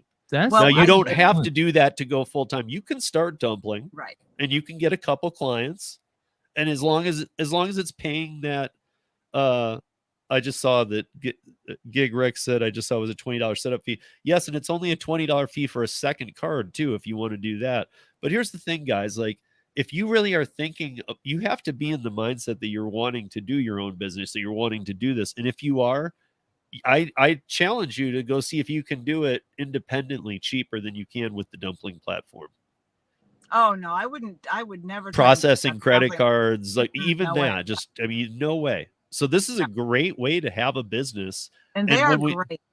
That monthly fee is worth it, you guys, because it should serve as a goal, because it should serve as a goal that, hey, you at least should be pulling this in almost immediately after the 60 days to cover the cost of being on this platform, and they take next to nothing on the percentage. So it's like that's as good as you're going to do. So if during that 60 days you can build a client or 2. Yeah, it's. And Holly, you said support was pretty good, right? Because they're amazing. The other day I picked up an order and I was at Publix, and because when you receive an order, they initially fund your card for like $225, $250. Well, my order was a little bit over, so it declined it right away. Within 60 seconds, they were boom. We see you had a decline. What can we do to help? Yep. And they immediately, within a minute or 2, they'd cleared it. They'd upped my limit, and here you go. It's fine. Yeah. They're very quick. They don't let you sit there and worry about things like Instacart does. And I carry business cards and my flyers in my car all the time. And when I have an Instacart customer that we've been chatting back and forth and I've, been talking to or whatever, and they're nice, I always give them my information. I always say, oh, and by the way, if you ever need anything, I also have my own grocery delivery business, and I have a big magnet on the side of my card that has my business name and my phone number. You just got to put it out there. Yeah. Got to put the effort in. What's up, Dashing Grandpa? Yeah, I saw his comment too. Let's just throw it in there just to see exactly. I think you're talking about Trip. I think you're talking about Trip, Brandon. Oh, okay. Because Dumpling was never even did it look like a pyramid thing, because there is no pyramid thing. There's no recommending people. There's nothing that builds you up in that way. It's straight priced. Yeah, and I guess we could still go from because it's a very different platform. So just to kind of come back to the basics, let's just go strictly with grocery shopping, because I know the other stuff can be a little bit overwhelming. Like you can do everything with it. Just keep it with grocery shopping. Let's say for instance, you've delivered to the same Instacart customers, or you already know a few people who ordered. You sign on with Dumpling, you get the setup fee, you get your credit card, you get everything set up. You set up your profile. They have coaching that's going to help you put all that together. Then they also have virtual cards now as well as the physical cards. I just got my virtual card set up. So got virtual cards, right? Either bump a phone or QR code. You got them both through them. You can do the bump a phone and tap your card to people. And if you're still a little nervous about trying to approach people, trying to get clients, they said that classes get like Dumpling University, where you're learning how to run a business, how to get customers. And that's where it comes to, because you already know how to shop. Shopping is not the problem, right? You already know how to do it. You already know the stores. And also you're picking up what stores you're doing. Right. You're already picking out your schedule, your rates. That is something you're probably going to need some coaching if you're not exactly sure how much to charge. I mean, Holly, how did you get to how much, like your rates? Did you go through the coaching portion, or you just kind of knew? I went through the coaching and I priced myself a little bit higher than they recommend, honestly, because I'm in Sarasota and because the prices of gas have gone up so much. So right now I am at 20% of your grocery total or $20 minimum. Mm-hmm. So could you not do 15%, because tips are allowed now too through the app? You can tip no, I get tips. Like today I made. So pull your amount down to 15%. And I had it at 15 when I started, then I went up to 17, and now I'm at 20. I love it, and that's kind of running with everybody around here. I forgot to ask Joel, because I read about this, so I'm assuming it's true. You cannot tip bait in Dumpling. They basically, if you get tip, they can only. It gets charged to your card immediately. You as a customer, you'd be kicked off the platform. They don't hesitate that. They'll kick a customer off. Yeah. We don't. Tell me another gig app that'll kick a customer off. Yeah. True. You got damn near kill a person. And you can trust these customers. If the customer says that they're going to wait to tip because they're a new customer, they don't know how this is going to work, whatever, they do tip on this app. It's not that these people aren't going to be the ones to say, oh, sorry, I'm not going to tip you. That's just right, because they're hoping you work out. Yeah. They're hoping that you're going to be their new shopper. Yeah, so I don't worry about that. I had one the other day that said they would tip me afterwards, and it was a $50 tip. So JP, it's $30 or $29 per month. The 5% is how much from the order, right? Yes. From the order you put in. So that's the 5%, which is I think I saw Dash or Die. What's up? It does sound like Rover, yet the only thing is they take less money. The platform fee, though, you can choose to pay as the business owner, or you can have the customer pay that. That is your choice. That's what I was just gonna say, and that's how I would suggest to do it, is have the platform take it out. Nice. As a line item instead of you doing it. Yeah, my customers pay that right now. When I build up my business bigger, then I'll pay it. Yeah.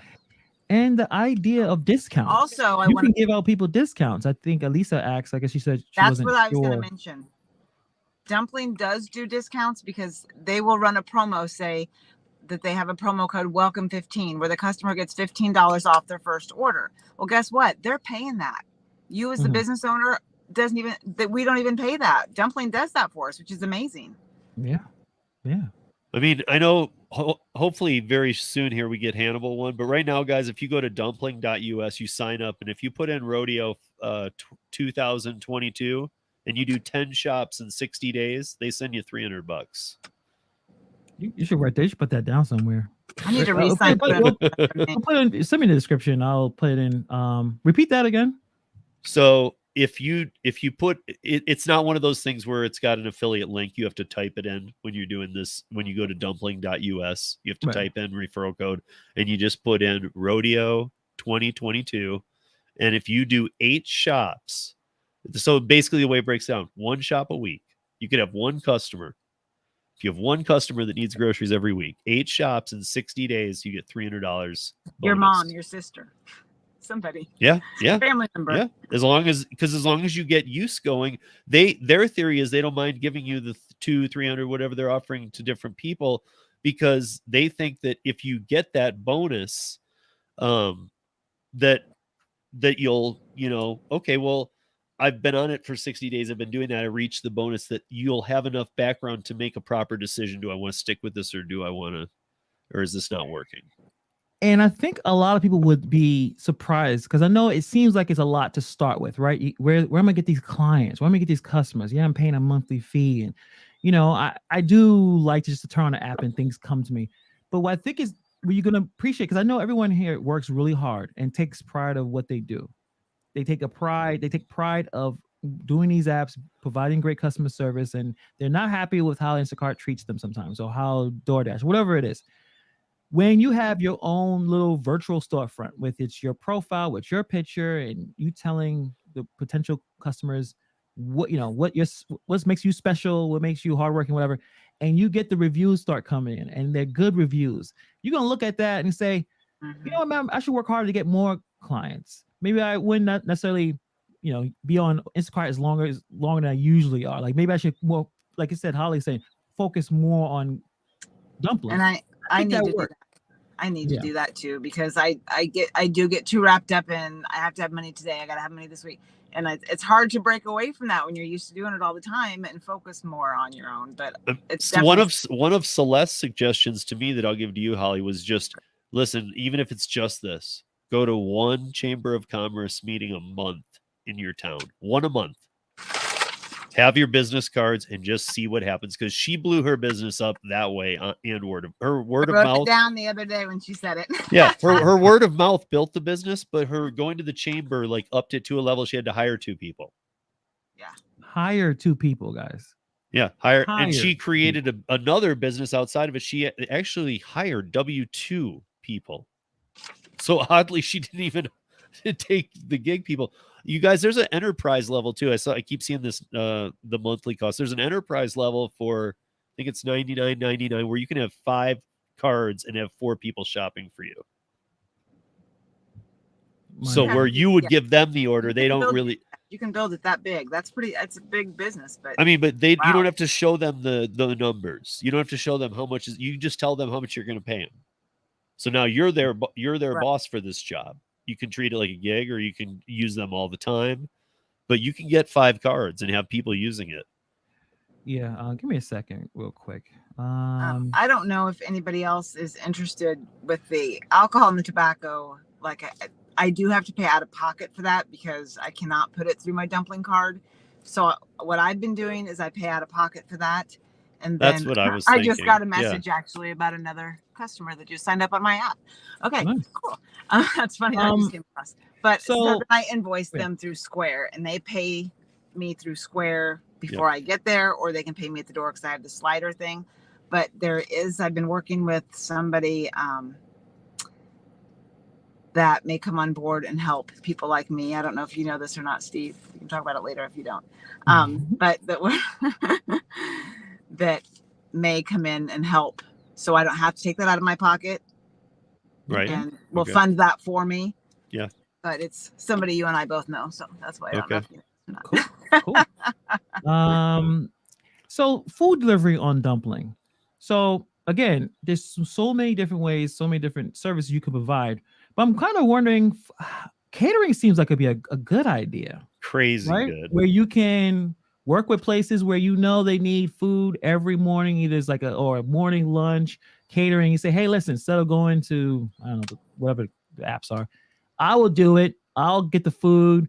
Call Dumpling, because you're probably going to need that credit card, the limit to go a little higher, and have that. So I'm thinking for food delivery, catering would probably be a good idea. I'm just spitballing, but finding a lot of places that needs catering on a regular, they would love to see one person dropping off the donuts or the whatever for, you know what I mean? Like, I think that'd be a really good idea. You guys, I'll drop a couple of tips that I'll drop one here that I've had dropped on me before that is unbelievably smart. Go to a retirement home and talk to the director. You can actually talk to the director while you're talking to them. You can call Dumpling and they can verify that you are a Dumpling shopper and this is legit. Yeah. And then you can approach everybody in the retirement home. Hey, what special dietary needs do you need anything? And you could do a once a week bulk delivery, almost like catering, but where you're bringing everybody's stuff. Yeah, it's probably going to take you a whole day. It's probably going to take up your whole day, but you might have 10 clients, 12 clients in a retirement home. Yeah. Or a car dealership or a small office where you could go and say, hey, maybe on Wednesdays or, day of the week that everybody can put a lunch order in together or something, like that. Go meet the managers at a hotel with a conference room that isn't downtown and that's kind of somewhat medium sized. Go get to know them. Tell them you can service anything they need. That's what it's all about. I mean, the networking, and I'm sure you guys know people who work in these places. Say, hey, listen, they need someone to bring breakfast or dinner or lunch. Like hey, let them know that I do this. You know me, right? Like what I mean. Like the networking is probably, especially to start out with, the strongest part, and then it goes, like you said, word of mouth and you're still hustling, trying to get more clients. But that's, I think, you guys that are in this chat can all do this. Yes, every name I've seen come through this chat could do this. Hardworking, these apps inside and out, the market, and you also know, as Joel said, the problems with these apps, and the human element is gone. That's the biggest problem. The human element, where support is someone too far away to understand what we're going through. You're basically the HR in an app where you're, like I said, deactivating. There's problems happening, but you're not talking to a human being. You really it's all zeros and ones. You're getting deactivated, or you're getting account violations where you're not able to explain yourself. At least with this Dumpling platform, it gives you back the human element. You are talking to another person, you're communicating with them, and things is a better experience for everybody involved when you are able to see that same person every single time you shop, or whatever services that you're providing. You do become close to your clients. You have for a long time. I mean, that girl that I deliver for all the time that I've had since day one. I mean, she just invited me the other day to come over and hang out at the pool with her one afternoon. Half of these successful Dumpling shoppers. I mean, I know Hannibal does too for his clients, but give you keys to their house. You're doing many of these people who are the best at this are not just doing grocery shopping. They're doing 4 or 5 services for people. Right. I mean, everything, and I probably will sign up because I really find this fascinating. And I want to see I see some potential in other things, but a lot of it, like I'll show you guys how I do the Rover stuff, right? So it's the same concept. You have a storefront, your face, your picture, whatnot. Someone contacts you and they may ask for a meet and greet. Sometimes I say, let's meet and greet. We decide a day and time to meet up. Either they meet in my house or we meet at theirs, or sometimes we go to a neutral spot. We'll go to a park. And this is the time where I am is an interview. It's an interview. But I'm interviewing for them. Both of them. I was just gonna say for both of you. Mm-hmm. See if the person's a wacko. If it's a wacko, I don't want to work with them. But they want to know that I'm who I say I am. And I talk to them. We have a casual conversation. I'm asking questions. They're asking questions. And at the end, if they're cool, then we book it and they pay through the app and we set up the arrangement to get the dog. And that's how it works. I mean, so I'm assuming it's probably similar to Dumpling if they want to do a meet and greet before they start the shop. I don't know if it's the same. As much about that as they are their dog. I mean, people are. Yeah, that's like a family member. But I mean, but the thing is does Dumpling offer you or does Rover have Rover University? Does it have Rover on staff 1 minute people? No. I mean, the things that Dumpling does is make sure that even if you're struggling a bit, they jump in, and it's nothing you don't need to be ashamed of it. They will step in and say, have you done this? Have you tried this? Have you tried? Not in a mean way. They're just going to they're going to throw everything at you. Hey, let's get you running. Yeah. They're on your side. This is unlike any other gig support team you've ever dealt with. They are doing literally everything to help you, not the company. Sounds like a personal assistant. I mean, it could be. If it gets that, if that's you can do anything. You can do whatever. One thing you can't do, we're not going to say it, but it's one thing Stephen wants to. Illegal. No illegal. Well, wait a minute. But certain places in the country is not, Steve. Well, behind paywalls. Okay. Nevada. Yeah, no, but all right, it won't be bad. It won't be bad. It just almost everything. Just Are you going to put your cuddling on there? I don't think that's probably that's probably not going to work, right? It probably would, but then it borders on what he's talking about exactly. right now. I don't want to listen. Joel's a super. He'd be like on the fringe and then a little he's over. super nice. I would not want to give him problems by someone rubbing up on someone, hugging him. Like, is this you allow this on your platform, sir? And then he has to answer that. I would not do that. I'm gonna do my thing. I'm still gonna do it, but I will sign up. I think I see some ideas, and I would like to do some videos on this because I want to get people to be more comfortable with this idea. I understand that it could be a bit overwhelming just on the face of it, right? Well, and it is set up to be like a grocery app as far as like when you go on there, you're going to choose stores and that kind of thing. So what I would like to have happen sometime whenever you guys get a chance to do this is have Joel explain to people, including myself, because I don't know, how do you set up other services? Because I mean, there's stores and stuff on there to pick for the grocery services, but let's say I just want to do dog walking. Well, how am I supposed to set that up on their app? That I don't. You just call them. You just call the team that you would call if you were at the store and you needed extension. The Call money Dumpling? Part of it. Yes. And they're going to set something up so people go in there and see my dog. You just basically are saying, hey, I have other services I want to offer. Okay. And then they'll take it from there. You really won't have to do much. They'll say, what do you want to do? I want to do this. Okay. Well, what? Okay. This is how we need you to do that. And they'll walk you through it. They'll tell you how they need you to do it. You know what? I'm going to sign up and I'm going to add that service as well. I'm going to say dog walking, dog boarding. I'll set up and I'll make a video about it just to see how the process works. And I mean, I know Hannibal for a fact. A lot of people who sign up and a lot of people end up doing dog walking. I'm going to tell the chat this and everybody too, that a lot of people who do Dumpling do dog walking just because they're there already. And it's like an excuse to get some exercise after doing this grocery shopping anyway. I have it on my website. They get keys to the house. And I know that a lot of them get offered, can you watch my dog? And often it's, can you watch my dog at my house? They don't want the dog to leave either. I don't know if that's common with Rover, if that's how it's done. Or they have house sittings and they have just anything you need with the animal. They got it. But with this, it's basically the same thing, but I can just put those services. The creativity just comes up when I'm thinking about this. There's so many different ideas that you can really work with. And like I said, doing it on your own, it's a lot of paperwork, a lot of stuff you have to do where they're taking care of the majority of everything. Like what Holly said, providing a $15 off your first order. There's no business that someone's going to just pay that for you. Right, no. Like that would have to come out your pocket if you were going to do this on your own. So I will tell you I can't give away everything, you guys, about some stuff I'm about to launch, but I will tell you a service I will be adding to mine. To give you an example of a service you could add, is that so during the pandemic, a lot of places had notary publics in their building, and since the pandemic, notaries are tougher to come by a little bit. So notary can be added where you can go on site to notarize. Yeah, mobile notary. Mm-hmm. Instead of people having to go find this place or a UPS location and then stand in a line, you can go to their house and notarize whatever that they need. You just, obviously you got to get, obviously you have to take the 3-day class or 2-day class to get a notary. You get certified as a notary. But that's just thinking outside the box. There's a lack of notaries here in Denver right now. If you're a mobile notary, you might even get legal firms and stuff.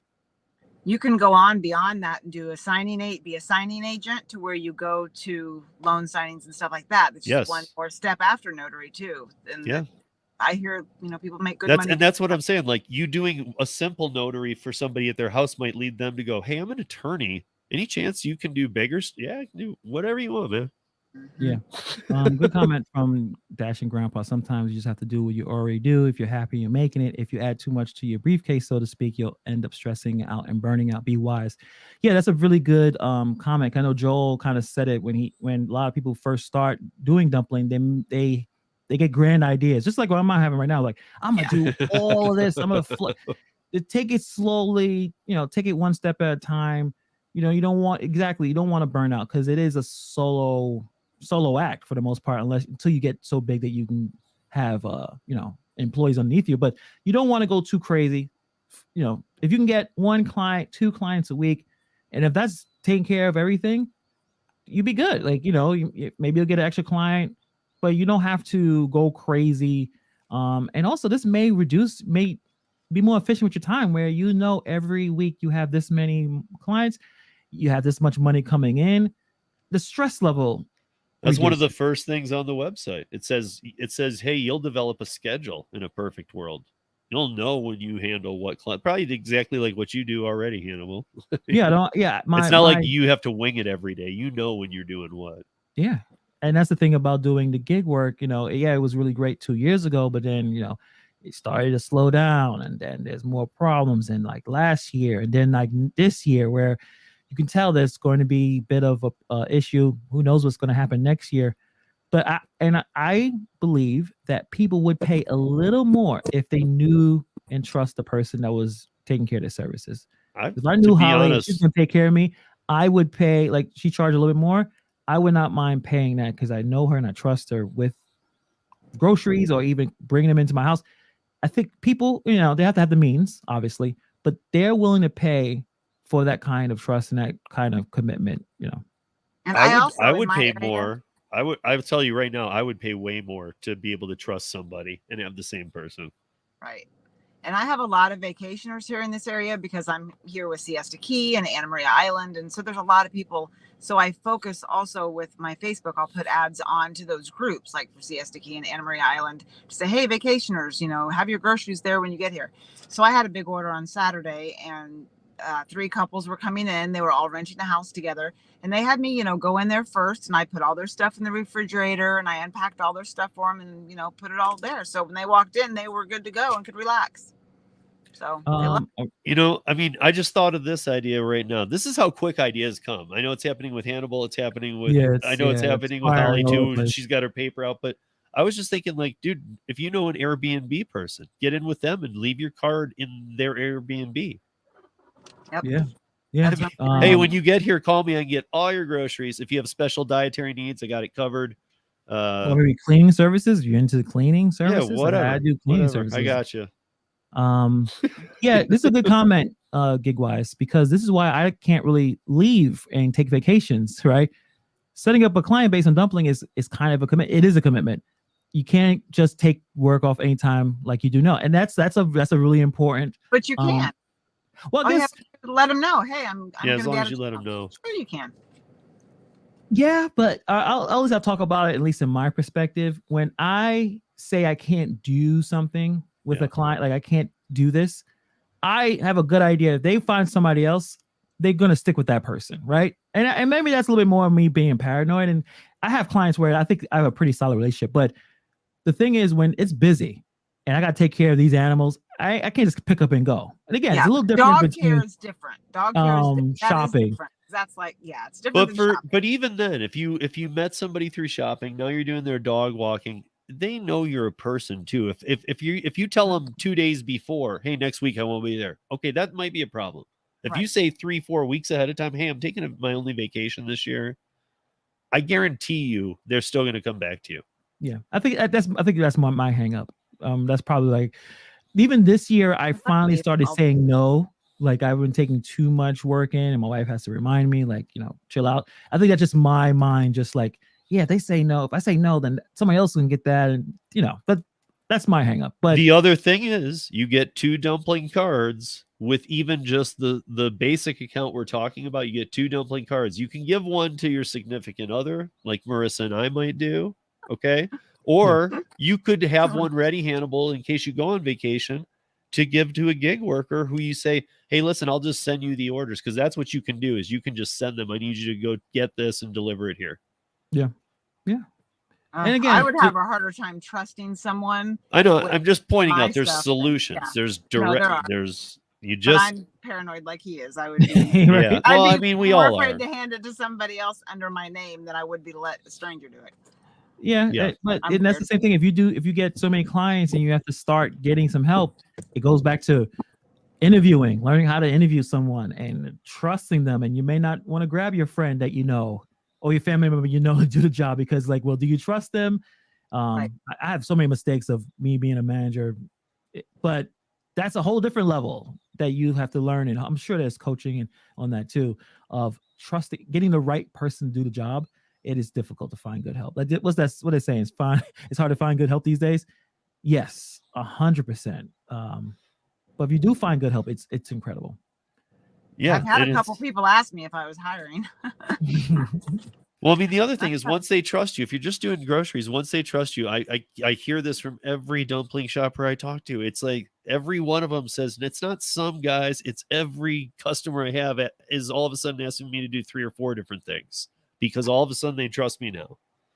Like, oh, you're not one of those gig people. You're cool. You're my friend now, and you do this and you do a good job. I like you. I see the reviews of the dumpling platform. They're not this. They're totally different than Instacart reviews, right? Like especially for a customer end. You know, it just takes a few bad Instacart shoppers that just makes this experience bad for a lot of people. Like I've bought stuff on Instacart, and my wife likes to complain. Well, she don't like to complain. Let me change that back. She complains about certain aspects of how the groceries is packaged, putting raw stuff with fruit, saying it's like, why are you doing that? Like, why are you, she used to work at the, grocery stores, bagging, and, she's very efficient and she knows what products go where. And Instacart does have some level of training, but they show you what you're not supposed to put in a bag together with certain products. But you will notice that to have 1-2 bags, right? They don't want to put too many bags together. They'll try to stuff everything in these 2 bags and hand it to you. And then you see all the problems that occur. So it's like those certain things get a lot of people annoyed with the process of Instacart. I will unpack something right in front of a bagger because nothing will piss me off more than that. I want to tell you what, you will see flames come out of my ears. They start packing my ice cream and my bread together. And I lose it. I'm a crazy person when it comes to bagging. It's important to get it right. All right. It's simple, but it's very important because it's things that we're consuming. Yep.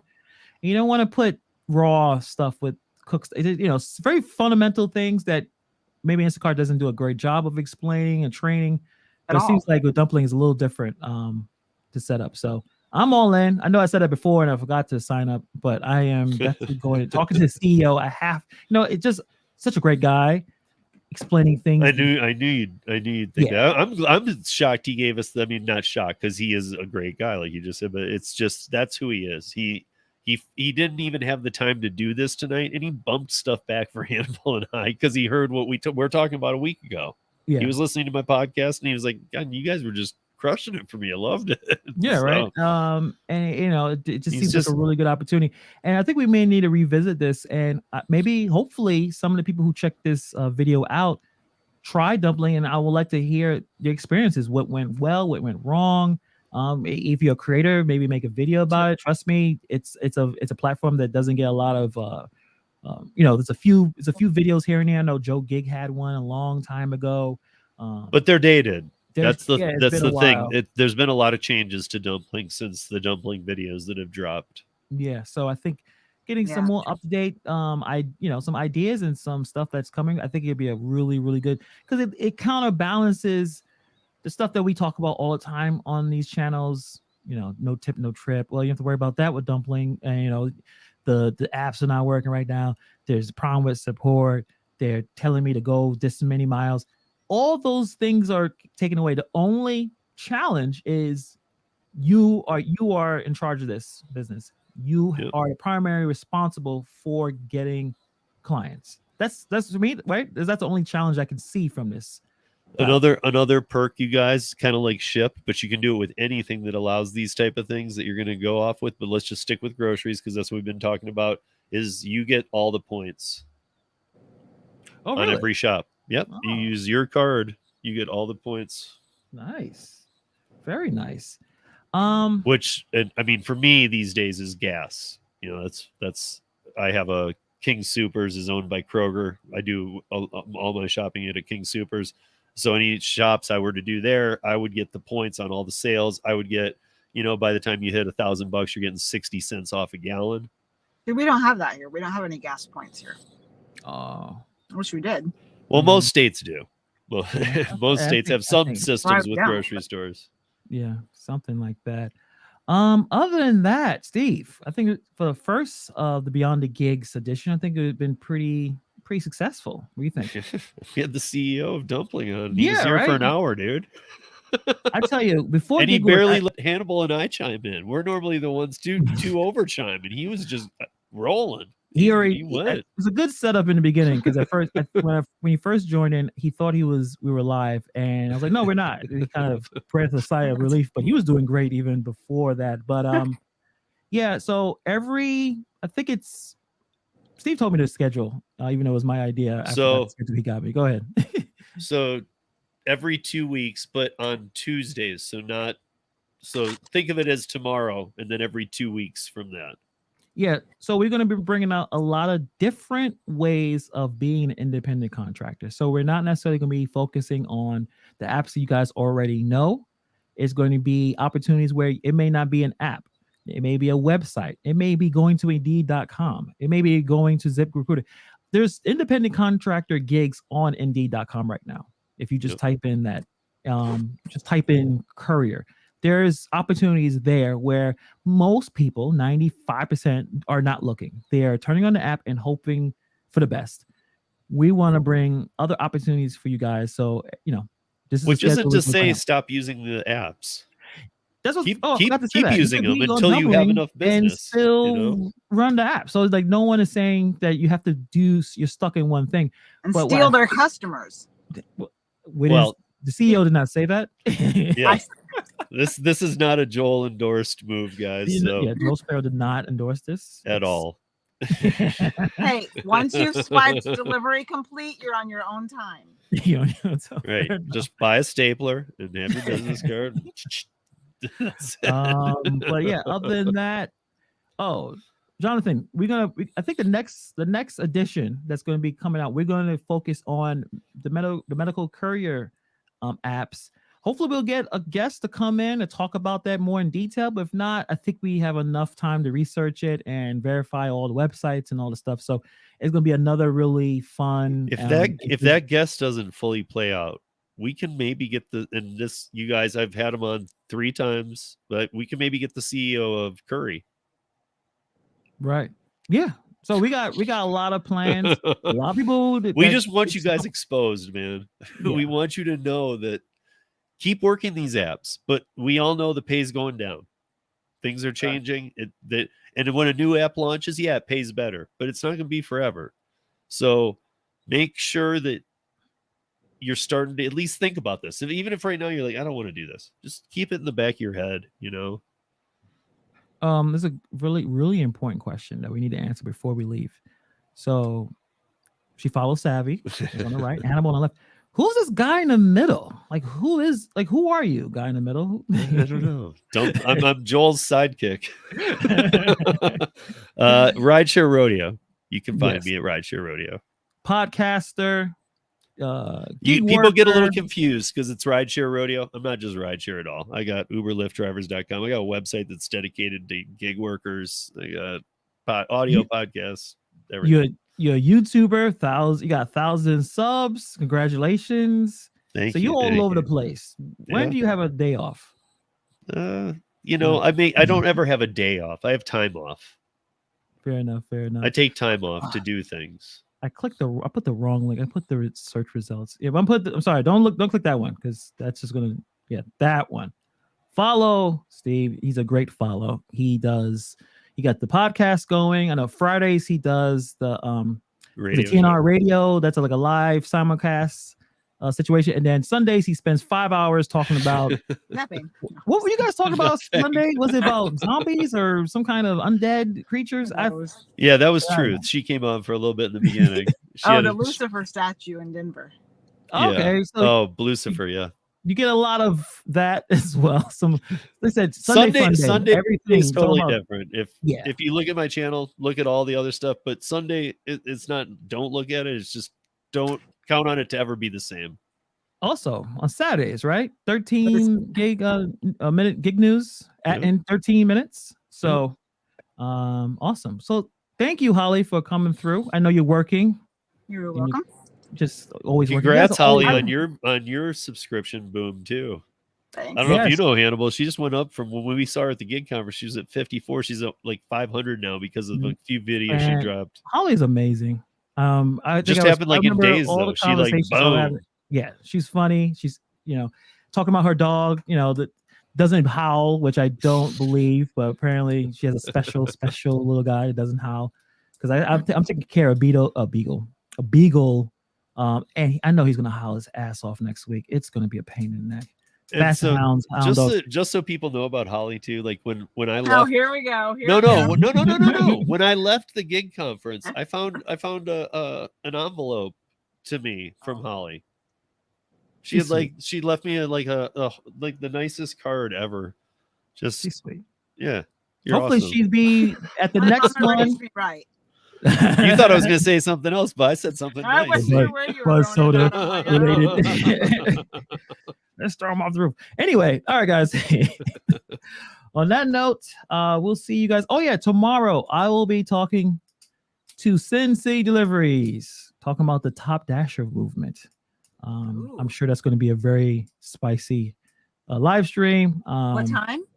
At 9 p.m. Eastern, I think. Yeah, 9 p.m. Eastern. I got it set up on the channel. Richard's a cool guy. I know a lot of the stuff of the back and forths had nothing to do with him. Super cool.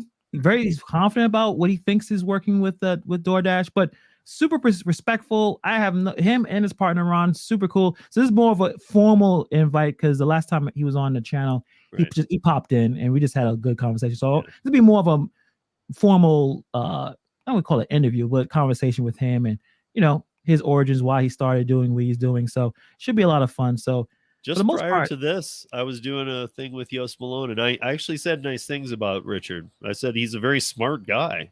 Very smart guy, but maybe people don't agree with what he's doing. I'm not even saying I do or whatever, but he's a smart guy. Because we were talking about we were going to talk about a bunch of things, but we only talked about has the algorithm been cracked, Yost and I, for 50 minutes. And so if you guys didn't watch it live, go back and watch it because check that out because it'd be another cool. Yeah, that'll help go right into the conversation tomorrow because Richard thinks that he has. So we're gonna bring more of that, talking about the UDM videos as well. So it's gonna be a lot to discuss.